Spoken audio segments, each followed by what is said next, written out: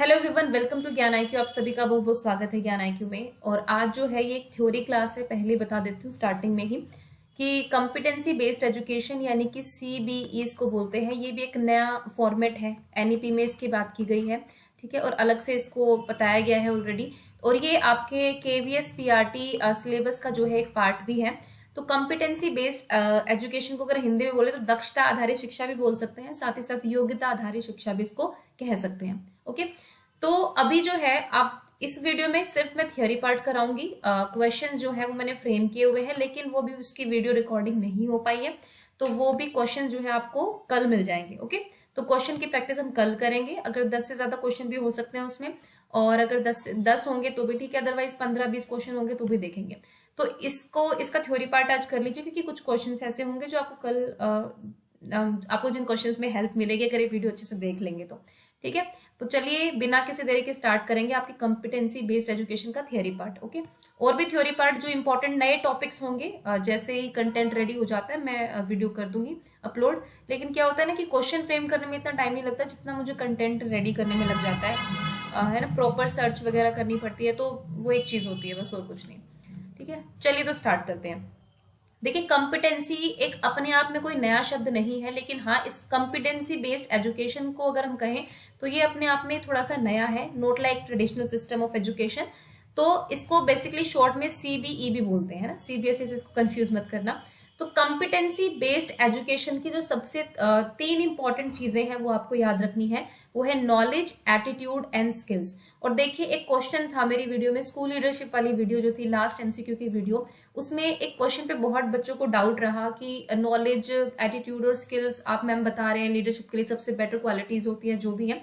तो देखिए, KAS जो है ना, ये पूरा, किसको KS या KAS भी बोलते हैं, ये एक पूरा फ्रेमवर्क है जो आपको बताता है कि लीडरशिप के लिए आपको कौन कौन सी क्वालिटीज चाहिए होती हैं।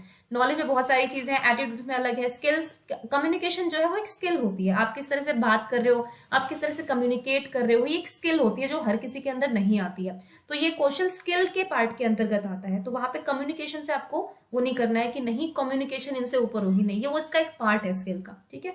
तो वो क्वेश्चन का खैर मैंने टेलीग्राम में जो है फोटो भेज दिया, तो आई होप आपको क्लियर हो गया होगा।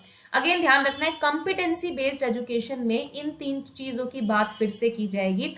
Knowledge, attitude and skills that are observable and measurable. इस चीज को याद रखना कि नॉलेज, एटीट्यूड, स्किल्स, ये ऑब्जर्वेशन भी कर सकते हो आप इन चीजों की, और आप इनको मेजर भी कर सकते हो, ठीक है।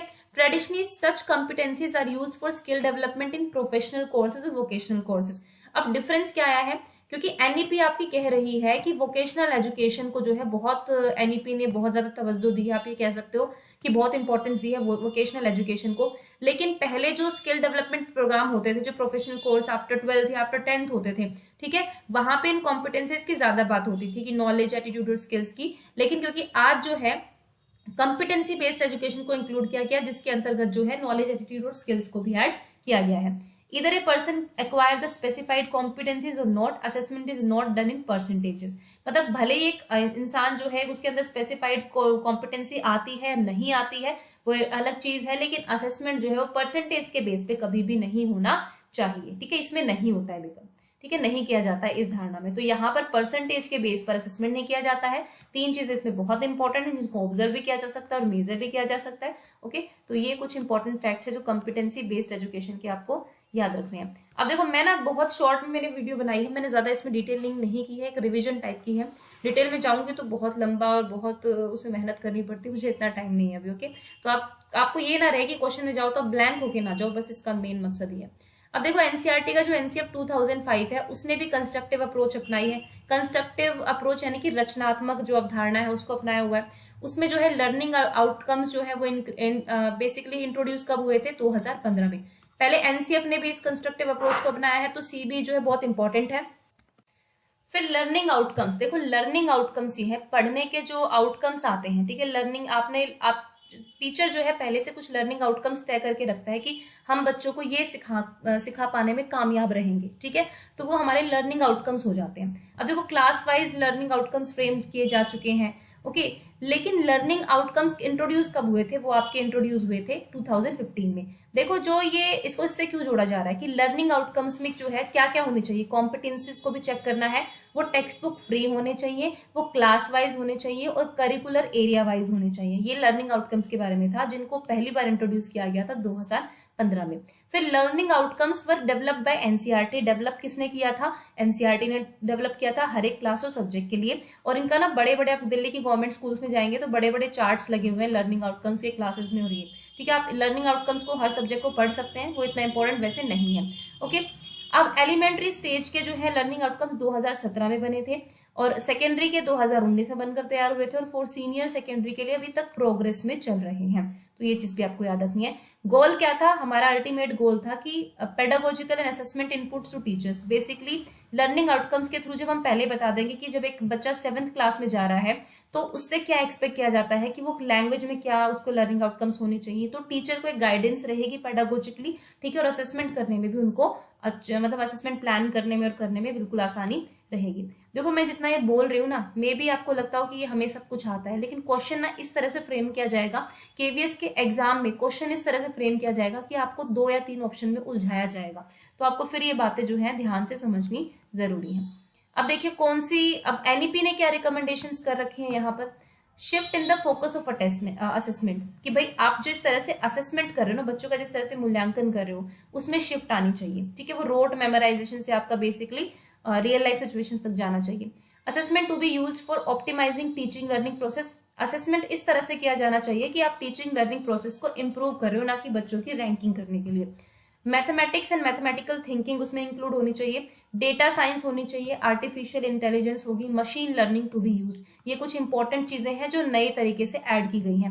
ठीक है, बेसिकली एआई हो गया और मशीन लर्निंग हो गया, डेटा साइंस हो गया आपका। ठीक है, मैथमेटिकल थिंकिंग, बस इसको एक टर्मिनोलॉजी अलग दे दी गई कि मैथमेटिकल थिंकिंग डेवलप करनी है कि बच्चा मैथ्स की तरह से सोच पाए। Okay. Learning outcomes based examination होना चाहिए कि एग्जामिनेशन में आप परसेंटेज या ग्रेड्स ना चेक करके आप लर्निंग आउटकम्स चेक करें। क्या बच्चा इसको पढ़ पाने में सक्षम हुआ, क्या वो एक इजी पैराग्राफ को पढ़ पाने में सक्षम हुआ कि नहीं हुआ, इस तरह की चीजें आप एक बार सर्च करना, लर्निंग आउटकम्स जो है वो आपको मिल जाएंगे। Teacher training to focus on CB. इन्होंने कहा कि टीचर ट्रेनिंग जो है वो कॉम्पिटेंसी बेस्ड एजुकेशन पर फोकस्ड होनी चाहिए। ठीक है, फिर वही लीडरशिप में भी वही नॉलेज एटीट्यूड स्किल्स की बात आती है। The goal is to move away from rote learning towards learning how to learn. Basically जो रोट मेमोराइजेशन का तरीका है, रट्टे मारने का तरीका है, उससे आपको बच्चे के सीखने पर ध्यान देना होगा कि किस तरह से लर्न किया जाता है और बच्चा कैसे सीख भी रहा है। अब मेजर शिफ्ट कौन कौन सी हुई है? Classroom transaction will shift towards competency based learning using, कौन कौन से तरीके से कॉम्पिटेंसी बेस्ड लर्निंग कराई जाएगी? आर्ट इंटीग्रेशन किया जाएगा, स्पोर्ट्स का इंटीग्रेशन किया जाएगा, स्टोरी टेलिंग बेस्ड पेडागोजीज ऐड की जाएंगी।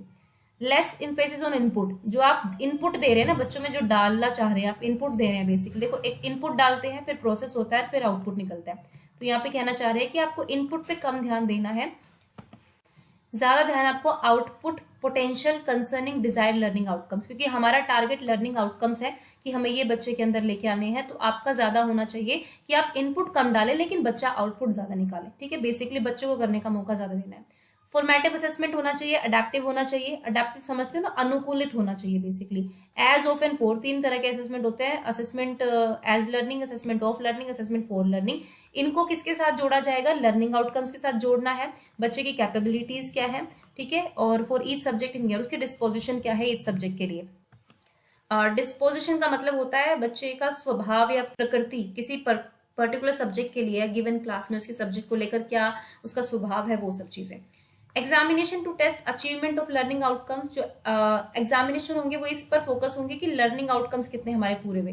Through assessment of core concept of knowledge, relevant higher order skills होनी चाहिए, जैसे क्रिटिकल थिंकिंग हो गई, ये हायर ऑर्डर स्किल्स है आपकी।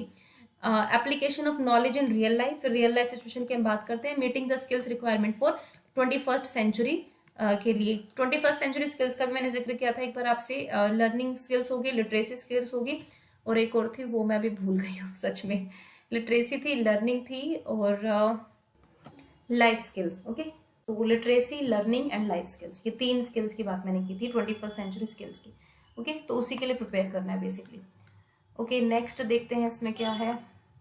नेक्स्ट है अब डेफिनेशन ऑफ बेसिकली ये मैंने थोड़ा सा एक जगह से लिया हुआ है, जो इंपॉर्टेंट चीजें थी वो मैंने ले ली, समरी के लिए। तो डेफिनेशन ऑफ कॉम्पिटेंसी में 3 चीज यहाँ पे इन्होंने डाली है, नॉलेज, स्किल्स एंड एबिलिटीज, या फिर एटीट्यूड्स भी आ सकता है यहाँ पे।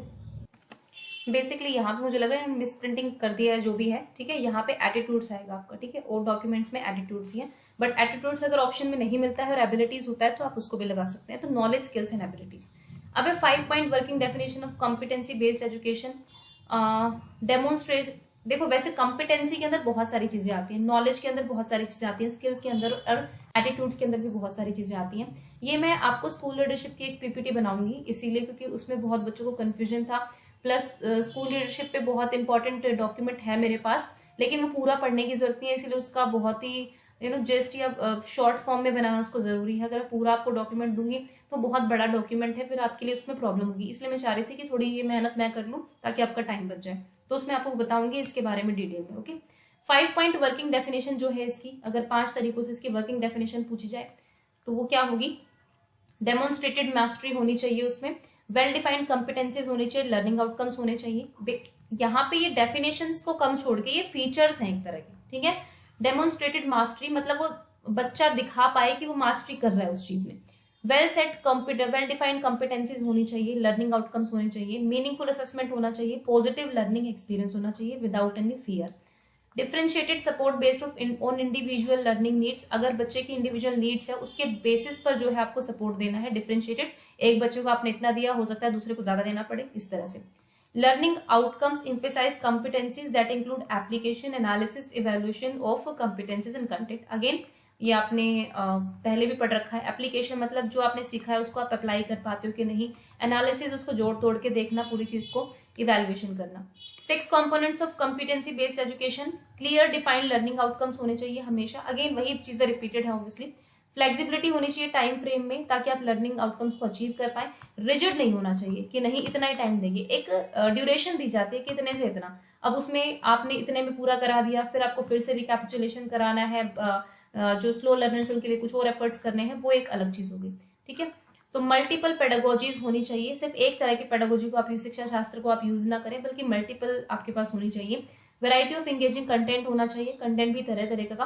क्राइटेरिया रेफरेंस टेस्टिंग होनी चाहिए, नॉर्म रेफरेंस नहीं होनी चाहिए। क्राइटेरिया रेफरेंस्ड, आप जानते हैं कि आप एक क्राइटेरिया सेट कर दे और उस क्राइटेरिया तक हर कोई पहुंच सके। नॉर्म में क्या होता है, कंपटीशन की फीलिंग आ जाती है कि नहीं अब जिसके ज्यादा जो ज्यादा वो करेगा वही आगे बढ़ेगा। क्राइटेरिया में जैसे सीटेट है, 90 मार्क्स सबको लेने हैं, है ना, तो 90 तक हर कोई पहुंच जाता है तो आप मानते हैं कि वो सीटेट क्वालिफाइड है। ऐसी हर बच्चे को ऐसी भावना देनी है कि हाँ एक लेवल तक वो पहुंच पाए। डेमोन्स्ट्रेटेड लर्निंग आउटकम्स, वही बच्चे लर्निंग आउट को डेमोन्स्ट्रेट भी कर पाए, तो यही है। नेक्स्ट है impact of CBE on learning, communicates expectation to students, इसके थ्रू बच्चों को क्या एक्सपेक्टेशन है हमारी उनसे वो क्लियर कट हो जाती हैं। Enhance teaching learning interaction improve होता है। Creative and learner centric method और टेक्निक्स यूज होती है बच्चों की लर्निंग इंप्रूव करने के लिए। फ्लेक्सिबिलिटी आती है कि हम वैरायटी ऑफ स्ट्रेटजीज को यूज कर पाए, डिफरेंट तरह के लर्निंग स्टाइल्स को हम यूज कर पाए। स्टूडेंट्स को उन एरिया में असेसमेंट हो पाता है जहां पर दैट दे अंडरस्टैंड, जो उनको समझ में आते हैं। Focus on quality of learning rather than volumes, आप मेजर की जरा जो है क्वालिटी पर फोकस कर रहे हैं, नॉट ऑन क्वांटिटी, है ना, वही क्वालिटी क्वांटिटी वाला, ठीक है। ये इंपॉर्टेंट नहीं है आपके लिए, नीचे वाला। नेक्स्ट है, अब थोड़ा सा ये देख लेते हैं कि ट्रेडिशनल एजुकेशन सिस्टम और कॉम्पिटेंसी बेस्ड एजुकेशन सिस्टम में थोड़े बहुत जो डिफरेंसेस है वो देख लेते हैं। आउटकम्स की बात करें तो पहले जो है मेमोराइजेशन पे ध्यान होता था कि बस रट लो और फिर निकालो। यहाँ पे डेमोन्स्ट्रेशन पे है कि जो आपने सीखा है उसको, जो भी स्किल आपने सीखी है, जो भी आपको नॉलेज मिली है, आप उसको डेमोन्स्ट्रेट करके दिखा पाए। फिर यहाँ पे फिक्स्ड माइंडसेट था, यहाँ पे ग्रोथ माइंडसेट है। एक ही जगह पे फिक्स की बात की जाती थी, यहाँ पे ग्रोथ के लिए काम किया जाता है। कल्चर ऑफ कंप्लायंस, बेसिकली हर चीज का अनुपालन करना, एक तरह से उस पर यहाँ पर फोकस था, यहाँ पर जबकि एम्पावर करने पर ध्यान करता है। सपोर्ट सिस्टम क्या है, need based support to some students, कुछ बच्चों की कुछ नीड्स हैं तो उनको सपोर्ट किया जाएगा, जबकि यहाँ पर है कि हर बच्चे के लिए सपोर्ट होगा, उन सबके लिए डिफरेंट इंस्ट्रक्शंस होंगी। उसके बाद पेडागोजी, यहाँ पे सिंगल करिकुलम सभी के लिए, जबकि यहाँ पे इंडिविजुअल लर्निंग पाथवेज है, जो हर किसी के अकॉर्डिंग अलग अलग करिकुलम। असेसमेंट, यहाँ पे माना जाता था कि एक साइज में सब लोग आ जाएंगे, one size fits all approach, ठीक है। मान लीजिए पेन पेपर टेस्ट है तो सभी के लिए वही होगा। यहाँ पे पर्सनलाइज लर्निंग अप्रोच है कि असेसमेंट एक बच्चा अगर लिख कर एक्सप्रेस कर पा रहा है, दूसरा एक्टिविटी करके एक्सप्रेस कर पा रहा है, तो वो चीजें भी अपनाई गई। Proficiency standard, different meaning for different people, consistent meaning for everyone, ठीक है। मतलब यहाँ पे क्या था कि आप स्टैंडर्ड्स कैसे मेंटेन करते थे कि डिफरेंट मीनिंग है हर डिफरेंट इंसान के लिए, A+ के लिए डिफरेंट, और ठीक है D ग्रेड वाले के लिए डिफरेंट। यहाँ पे कंसिस्टेंट मीनिंग है हर किसी के लिए, हर कोई आपके लिए समान है। एडवांसमेंट टाइम बेस्ड होगा यहाँ पे लर्निंग बेस्ड होगा। उसके बाद नेक्स्ट होगा, इसमें कुछ पॉइंट्स है जो मुझे डिस्कस करने थे आपके साथ। चलिए हो गया ये तो थोड़ा सा, ये भी थोड़ा नीड क्या है कॉम्पिटेंसी लर्निंग की, लाइफ लॉन्ग लर्निंग है, एम्पावर करता है, इंक्लूसिव कल्चर है। ये मतलब कुछ चीजें ऐसी हैं जो आप देख के ही समझ जाओगे, लेकिन जब ऑप्शन आते हैं ना साइड में 4-5 ऑप्शन आ जाते हैं तो फिर कुछ ऐसी चीजें डाल दी जाती हैं जो उसके बहुत ही करीब होती हैं, तो 2-3 ऑप्शन में बहुत आपको वो पड़ता है, इसलिए इंपॉर्टेंट है। Timely and differentiated instruction and support होना चाहिए। Pedagogical principles align to meet needs and goals, जो भी आपके सिद्धांत है शिक्षा शास्त्र के उनको बच्चों की नीड्स और गोल्स के साथ मैच करना है। ट्रांसपेरेंसी होनी चाहिए और क्लियर एक्सपेक्टेशन होनी चाहिए, कुछ ऐसी चीज ना हो जो बच्चों को समझ में कुछ आ रहा है और एक्सपेक्टेशन कुछ हो रहा है। ओके, तो ये बेनिफिट्स हैं। स्टूडेंट सेंटर्ड अप्रोच है, फ्लेक्सिबिलिटी देता है बच्चों को, अचीविंग प्रोफिशिएंसी पर ध्यान देता है, टाइमली सपोर्ट और फीडबैक भी देता है बच्चों को, 1-to-1 लर्निंग होती है, मतलब एक इंडिविजुअल के साथ इंटरेक्शन करते हैं, और ट्रांसपेरेंट ग्रेडिंग सिस्टम यहाँ पर होता है। ओके, ये कुछ इंपॉर्टेंट चीजें थी। फिर हमारा आता है टाइमलाइंस, मतलब किस तरह से इवॉल्व हुआ है। देखो अर्ली 90s में जॉन डेवी ने चैलेंज किया था ट्रेडिशनल सिस्टम को, रोट लर्निंग मेथड्स को, ठीक है, और इन्होंने concept of learning by doing जो है वो एक तरह से डिटेल में बात करी थी इसके बाद कि करके सीखना है। फिर उसके बाद है 1960s में ये इंट्रोड्यूस हुआ यूएसए में, कॉम्पिटेंसी बेस्ड एजुकेशन, और it was realized that school and higher education system does not prepare the individual with competencies required for life after school, कि स्कूल्स में जो है सिर्फ रोट मेमोराइजेशन पर ध्यान है, बच्चों को तैयार नहीं करते वो कि आफ्टर स्कूल लाइफ में कैसे उनको डील करना है। 1968 में ब्लूम ने जो है अपनी famous work learning for mastery which was discuss the necessity of allowing students to learn at their own pace, ये इंट्रोड्यूस किया बेंजामिन ब्लूम ने, ठीक है। इनके आपने लर्निंग आउटकम्स के बारे में पढ़ा होगा, तो लर्निंग फॉर मास्टरी जो है इनका एक टर्मिनोलॉजी है, मतलब ये क्रोनोलॉजी बता रही हूँ कैसे कैसे ये इवॉल्व हुआ है, तो वो इंपॉर्टेंट चीज है। 70s और 80s में क्या था, एक्सटेंसिव रिसर्च हुई इसके ऊपर, और इसमें देखा गया कि सीबीएसई से जो है सिग्निफिकेंट गेन हुआ है हमें लर्निंग में। 80s और 90s में USA saw the standard movement and setting of common educational system, उन्होंने कोशिश करी। 19 ये हमारे लिए वैसे इतना इंपॉर्टेंट नहीं है, ठीक है, ये दोनों को भी आप देख लेना। हमारे लिए पहला वाला इंपॉर्टेंट, जॉन डीवी के बारे में बेंजामिन ब्लूम ने क्या बोला है वो आपको याद होना चाहिए। Okay, so this is all. अभी एक बार और देख लेते हैं, एक फ्लो चार्ट देख लेते हैं इसका, है ना। देखो competency based education, knowledge, attitude and skills, इन तीनों को आप सही मानेंगे, मोस्टली डॉक्यूमेंट्स में इन तीनों के बारे में जिक्र है। वहां पे एबिलिटीज लिखा था, लेकिन हो सकता है मे बी मिस प्रिंटिंग हो या कुछ ऐसी चीज हो सकती है। कॉम्पिटेंसीज में 3 चीज है, ये ऑब्जर्वेबल भी है, मेजरेबल भी है, और ट्रांसफर ऑफ नॉलेज होता है रियल लाइफ सिचुएशन में। तो this is all about the competency based education. इसका बेसिक आइडिया आपको पता चल गया है। अब क्वेश्चन अगर एप्लीकेटिव आता है तो उसको आप आराम से सोल्व कर पाएंगे। तो भाई इसके जो क्वेश्चंस होंगे, क्वेश्चन ऑब्वियसली स्लाइड से कुछ डिफरेंट भी क्वेश्चंस आपको देखने को मिल सकते हैं, कि मैं सब कुछ आप कुछ ऐसे क्वेश्चन जो मतलब आप जिनको आपको बस अपने दिमाग से करना है, अगर आपको कंसेप्ट पता है तो वो हम क्वेश्चन इस पर लेंगे अब नेक्स्ट। ओके, चलिए फिर, थैंक यू फॉर वॉचिंग ज्ञान IQ एंड कीप सपोर्टिंग।